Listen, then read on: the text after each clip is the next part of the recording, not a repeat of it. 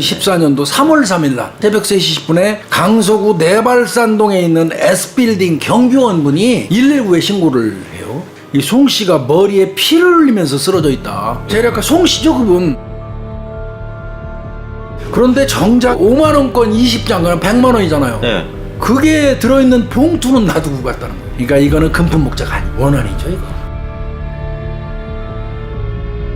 그래서 이제 CCTV 조사를 해갖고 보니까 3월 3일 날 여행사를 통해 가지고 중국 찡따오 청도 가는 항공권하고 복수비자를 신청을 했네. 그리고 3월 6일 날 가버렸어. 휴대폰으로 그 새끼 동선도 한번 따볼 필요 있잖아. 그래서 통화 내역을 전부 확인을 합니다. 가다 보니까 특정 번호가 하나 나와요. 여기서부터 전환이 되는 얘기가 되는데 이 사람이 누구냐?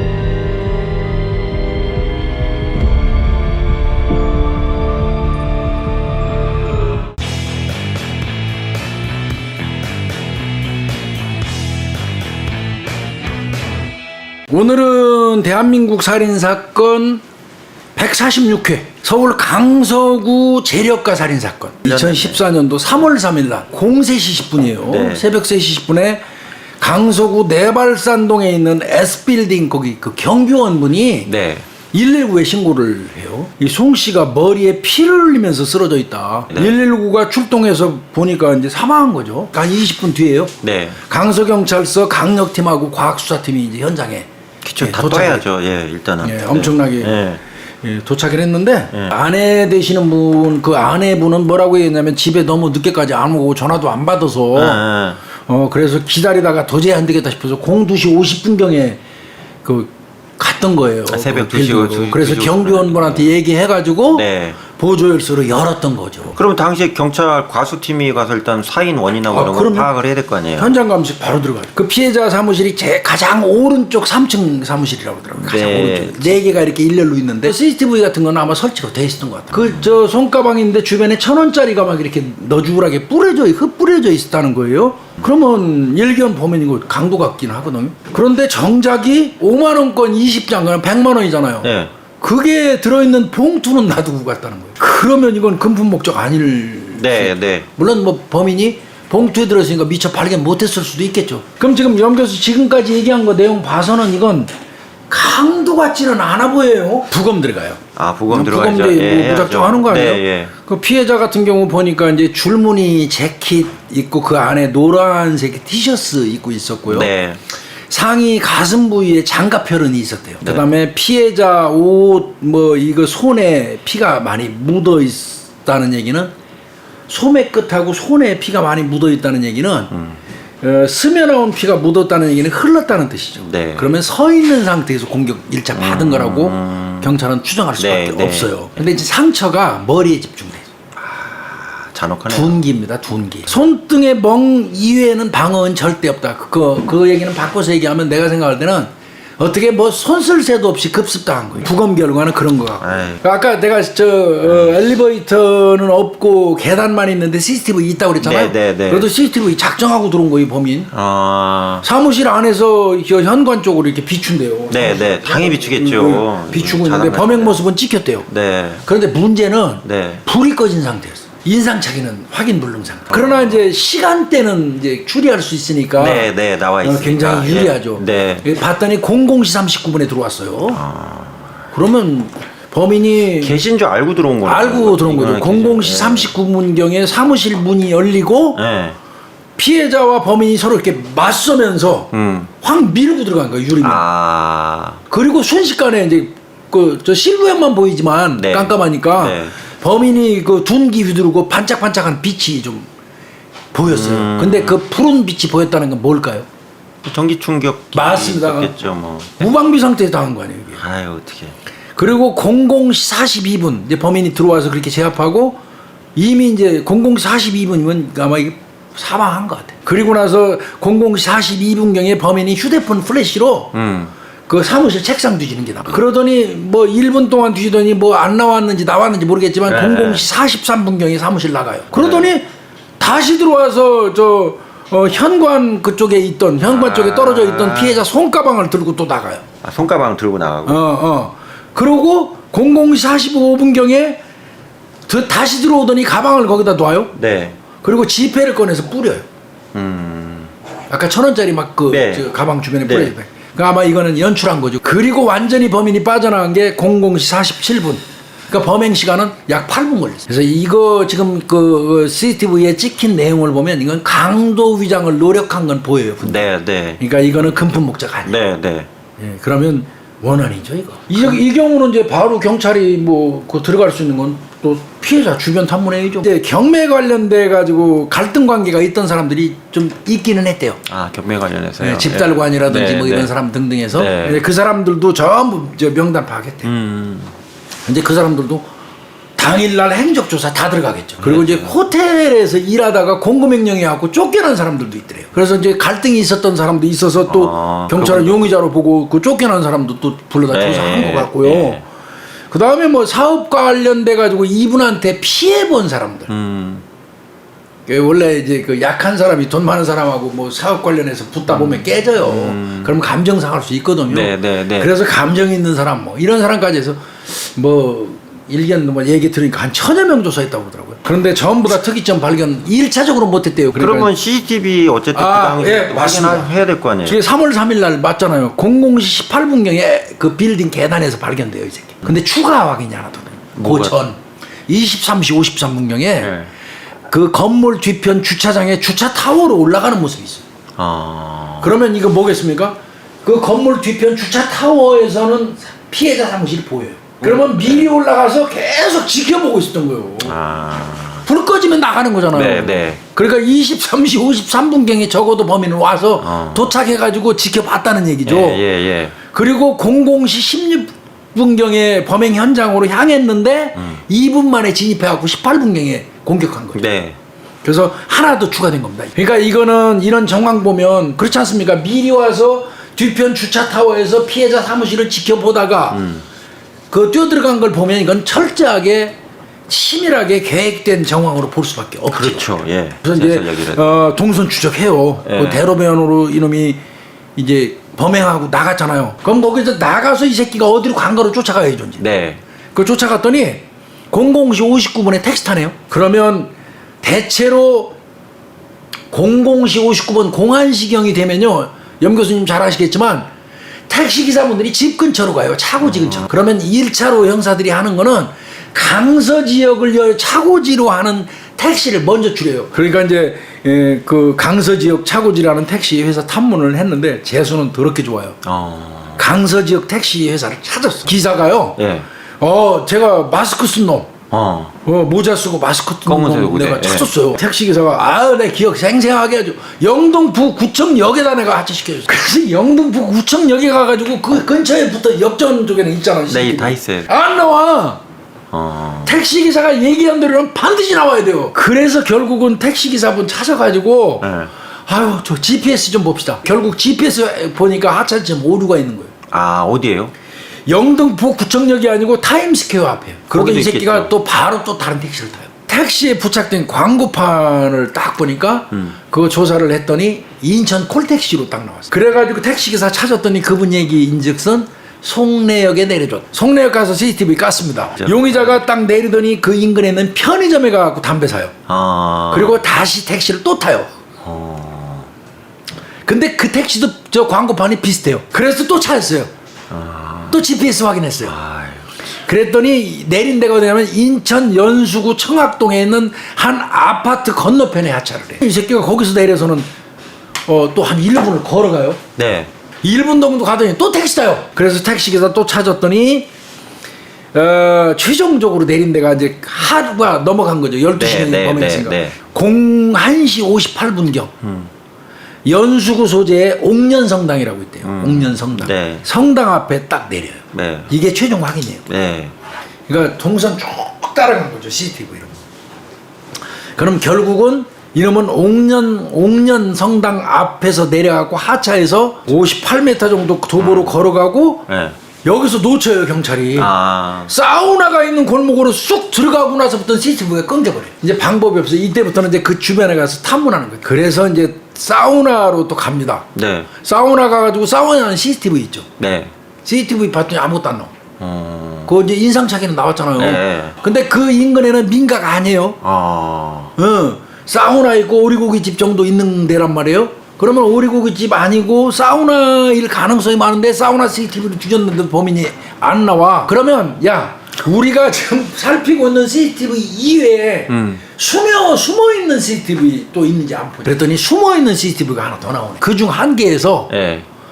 사라진 그 용의자 사라진 지 3분 정도 지난 다음에 사우나 옷을 입고 그 서성대면서 전화하는 사람이 딱 나와. 예. 사우나에 들어가는 거는 안 보였는데. 네. 근데 사우나 복장을 하고 와서 담배를 피면서 어딘가로 전화하는 사람의 몸짓은 그 사람이야. 어디로 들어온 거예요? 이게 정말 형사들이 맨눈으로 본 거예요. 근데 형사는 워낙에 CCTV를 오랫동안 보다 보니까 몸짓에서 저놈이라는 인식을 한 거예요. 경찰이 유추를 해보는 거예요. 들어오는 게 안 나왔다는 얘기는 바꿔서 얘기하면 그냥 그 한참 전에 미리 사우나 들어와가지고 돈 내고 사우나 옷 입고 놀다가 저 복장 갈아입고 범행하고 다시 들어가서 카운터 갈 일이 없잖아 이제. 네. 그냥 지 옷장에서 사우나 옷 다시 꺼내 입고 나와 담배 피우면 되잖아. 네. 이럴 수도 있다고 본 거예요. 그래서 경찰이 다시 들어갑니다. 사우나에. 이 사람에 대해서 혹시 압니까? 그랬더니 종업원들이 기똥차게 알아요. 이 사람이요 짝퉁 가방 파는 사람이에요. 아. 짝퉁 가방 파는데 그 이 사람한테 혹시 나도 저 필요하면 짝퉁 가방 하나 살지 몰라갖고 전화번호 좀 달라고 그래서 내가 전화번호 적어놓은 게 있어요. 그래서 가입자 조회했어요 경찰. 아. 그랬더니 여자가 나오네 김땡땡이라고. 그럼 여자는 아니잖아. 이건 안 되죠. 마누라라고 아니면 볼 수 뭐 있으니까, 차명 볼수 있으니까. 연관 있는 사람일 수 네, 있으니까 네, 네. 가족관계 등록부 당연히 띄워보죠. 딱 띄웠더니 예. 그 여성분은 나이가 많으신 분이야. 어머니지. 휴대폰 어머니, 소유주는 어머니지. 엄마야. 네, 어머니지. 아들이 딱 나오는데 팽씨야. 팽땡땡이야. 44살 먹는 네. 팽땡땡. 네. 이게 지 엄마 명의로 휴대폰을 사용하는 거예요. 그 순간 요놈은 팽가는 용의자로 특정. 특정이 되는 거네요. 네. 교수님. 이 새끼만 따면 되니까. 네. 이건 범인이에요 100%. 네. 그래서 이제 그러면 이놈이 언제쯤 사우나인지 사우나에서 그 새끼가 살지는 않을 거 아니에요. 언제 견학안 나오고 확인해봤더니 02시 54분경에 가방 메고 사우나 나가는 게 나와요. 그리고 02시 55분경에 편의점을 가요. 네. 편의점 가서 확인했어요. 뭐 사나 그랬더니 상처에 바르는 연고하고 일회용 밴드 구입해요. 이거 진짜 범인이죠. 그러더니 슬슬 걸어갖고 옥년동 산동네로 기어 올라가요. 산동네로. 네. 그리고 또 보니까 30분 뒤에 올라갈 때는 분명히 가방 메고 갔는데 가방이 없어.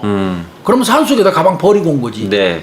그러면 거기에 범행 도구 있을 가능성이 높죠. 그렇죠. 빨리 수색해야겠네요. 그 가니까 그 산 쪽으로는 딱 단축주택 하나밖에 없대요. 아. 한 채가 딱 있는데 빈집이래요. 그래서 봤더니 그 집주인이 왔는데 2012년도에 팽가가 그 집에서 1년 정도 살았대요. 그래서 이제 동의받고 그 집 뒤 수색했어요. 아. 수색했더니 창고에서 불에 탄 잔해 같은 비닐, 네.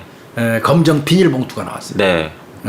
그리고 주택 뒤편도 뒤졌는데 그 야산에서 불에 탄 전자 충격기 나와요. 피해자 건물 열쇠 뭉치 있잖아요. 네. 여러 개 달려있는 열쇠 뭉치도 그 근처에서 발견이 됐어요. 그러니까 이거는 완벽한 증거물이죠. 네. 증거물 확보하면 국가수의 DNA 의뢰도 하고. 그럼 그때 입었던 옷도 다 그렇죠. 불질렀어요? 뭐 의류 같은 거인데 일부 타고 남았지만 거기서 남았어요? DNA가 나왔대요. 나오기 혈은 피해자 나왔겠죠. 혈흔이 나왔다는 그러니까 나왔겠죠. 예. 이 새끼 찾던 3월 3일 날 여행사를 통해 가지고 중국 찡따오 청도 가는 항공권하고 복수 비자를 신청을 했네.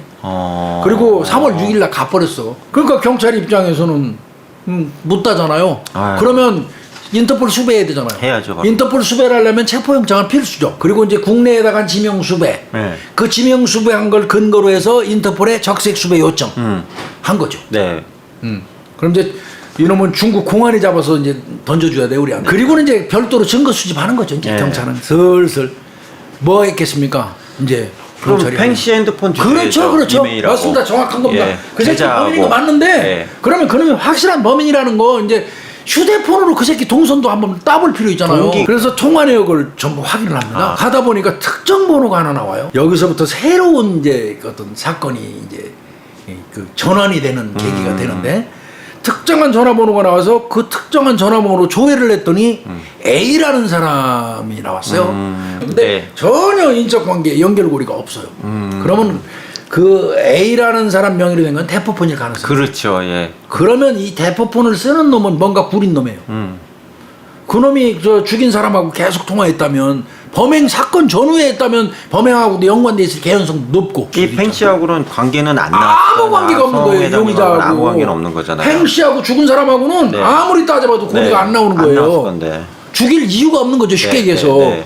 그렇다면 그 대포폰 쓰는 놈이 혹시 팽가한테 시켜서 범행한 거 아닐까 싶어서 본 거죠. 그럴 수 있네요. 그러면 대포폰을 찾아보는 거죠. 대포폰을. 대포폰 쓸 정도 되면 내 친폰 반드시 들고 있어요. 그러니까 하여튼 그 대포폰의 기지국에 같은 지역 내에서 다른 폰이 쓴 사람들을 전부 추려요. 같은 패턴으로 기지국이 대포폰과 같이 움직이는 휴대폰 하나 찾았어요.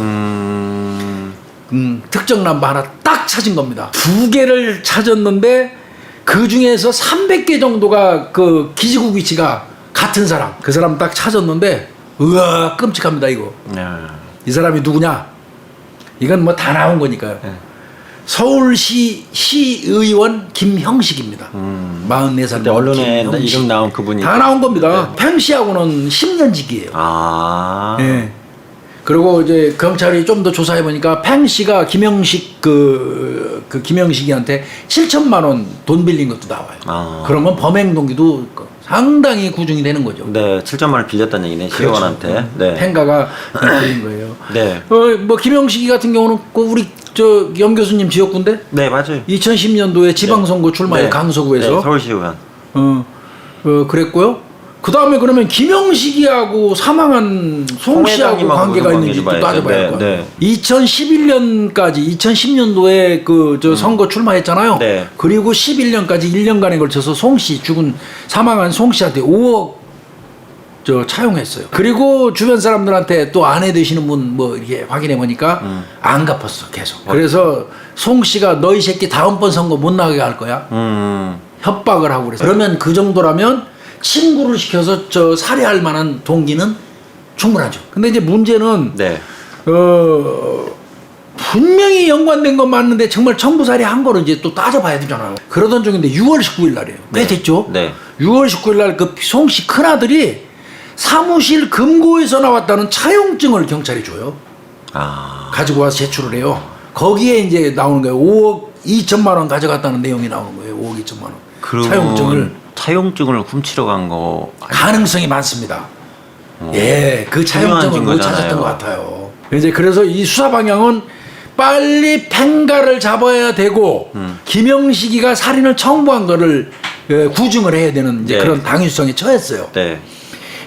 그러고 이제 이 청부 살해라면 이건 분명히 채무 멘탈 목적일 거다. 그리고 이제 계좌 추적도 해봅니다. 네. 계좌 추적을 했더니 김영식이가요 3월 4일 날 300만 원을 출금을 해요. 3월 3일 날 비자 신청했었잖아요. 네.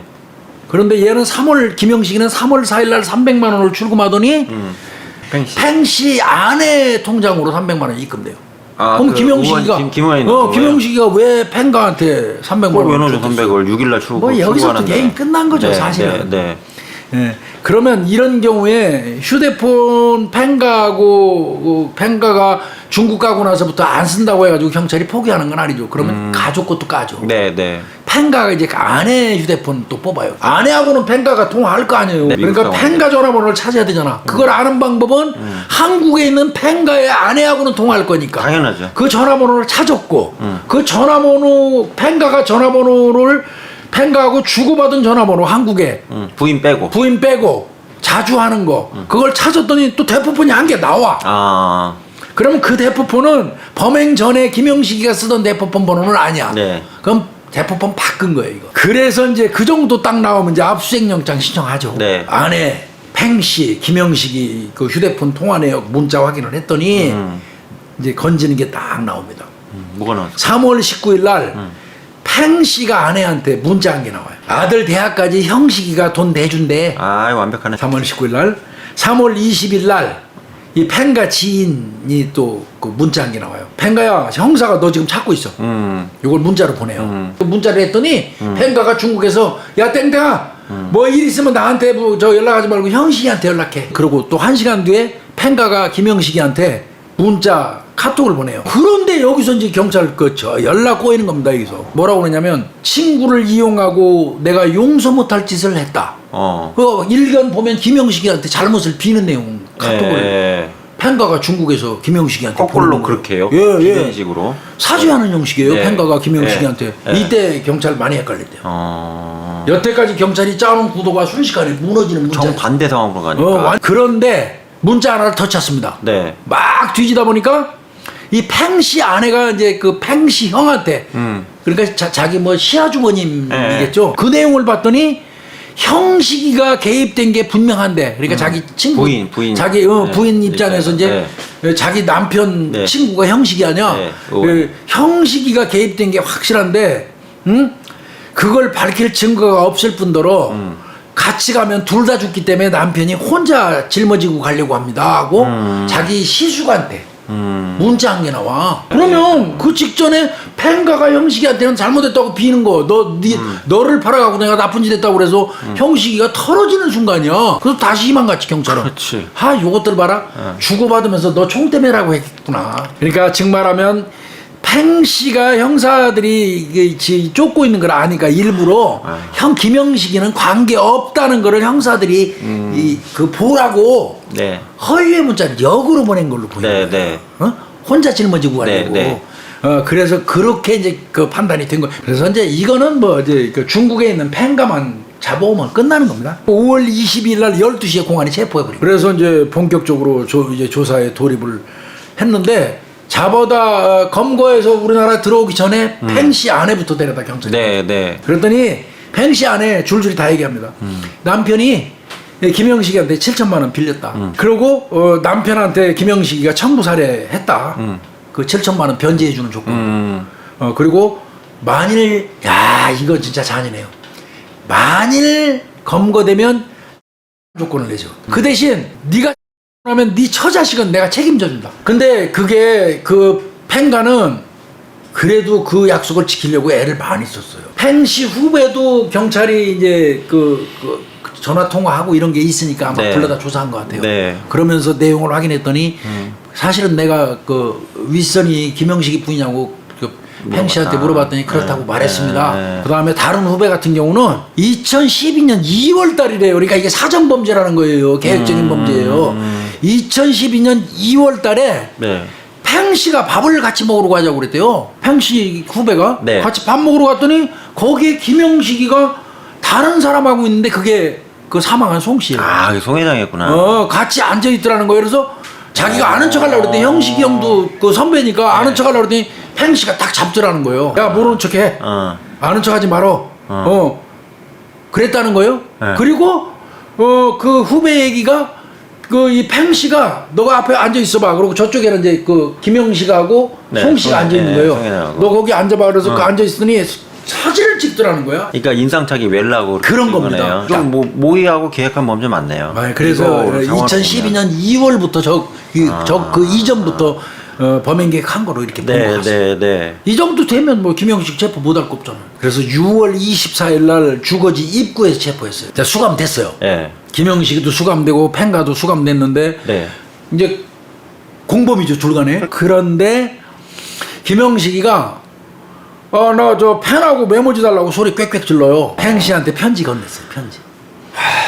첫 번째 편지가 김영식이 이렇게 썼어요. 정말 미안하고 또 미안하다. 날 용서해주기 바란다. 하나만 기억하면 된다. 너는 원래 살해 의도 없었다고 했잖아. 전문가의 충고는 반드시 무비권 행사하래. 그러니까 자기가 사주받았다는 거를 얘기하지 말라는 얘기. 너 살해 의도 없었잖아. 그 얘기는 뭐예요? 네가 죽였잖아. 그 소리잖아요. 그러면서 무비권 행사해. 그래도 또 팽씨가 답장을 했더라고요. 성실하게. 다 내려놓아라. 네가 숨길수록 깊은 수렁에 빠질 뿐이다. 재판 결과는 교수님 어떻게 되셨어요? 1심에 또 김영식이가 국민참여재판 신청해. 그런데 이 국민참여재판에서 전부 유죄 인정했죠. 그래서 살인 청부를 인정해갖고 무기징역. 그다음에 팽씨 같은 경우는 팽가 같은 경우는 25년. 2심에서도 개전의정 없이 떠넘기게 한다. 그래서 무기 그대로 때렸어요. 팽씨는 5년 깎입니다. 팽가는 25년에서 20년으로. 그리고 3심 대법원 2015년 8월 19일 날 네. 대법원 3부 민일령 대법관이에요.